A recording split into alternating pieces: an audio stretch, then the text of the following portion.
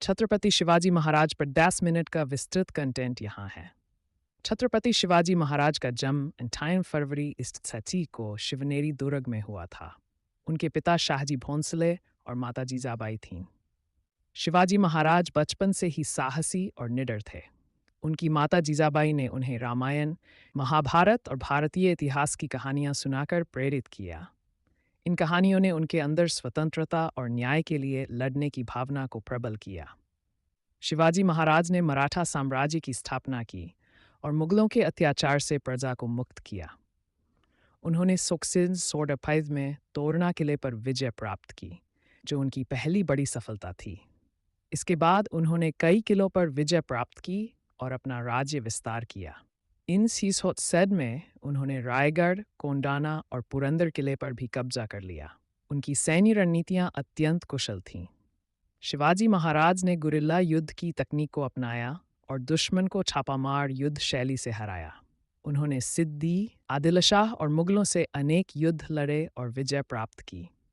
इन 1664 में उन्होंने सूरत पर हमला किया और वहां से काफ़ी धन और संसाधन प्राप्त किए। इस संसाधनों का उपयोग उन्होंने अपने राज्य के विकास और सुदृढ़ीकरण में किया। शिवाजी महाराज का 1666 में आगरा की घटना भी महत्वपूर्ण है, जब औरंगजेब ने उन्हें धोखे से कैद कर लिया। शिवाजी महाराज ने अपनी बुद्धिमत्ता और धैर्य का परिचय देते हुए एक योजना बनाकर वहां से सफलतापूर्वक भाग निकले। इसके बाद उन्होंने अपनी सेना को पुनर्गठित किया और मराठा साम्राज्य को और भी मजबूत बनाया। शिवाजी महाराज ने अपनी राजधानी रायगढ़ को बनाया और 1670 में वे छत्रपति के रूप में राज्याभिषिक्त हुए। उन्होंने एक सशक्त और संगठित प्रशासन प्रणाली विकसित की। उनके शासन में न्याय, सुरक्षा और जन कल्याण पर विशेष ध्यान दिया गया। उन्होंने किसानों को कर में छूट दी और व्यापार को बढ़ावा दिया। उन्होंने एक प्रभावी कर प्रणाली बनाई जिसमें भूमि के उत्पादन के आधार पर कर वसूला जाता था। शिवाजी महाराज ने नौसेना का गठन भी किया और कोंकण के तटीय क्षेत्रों में किले बनाए।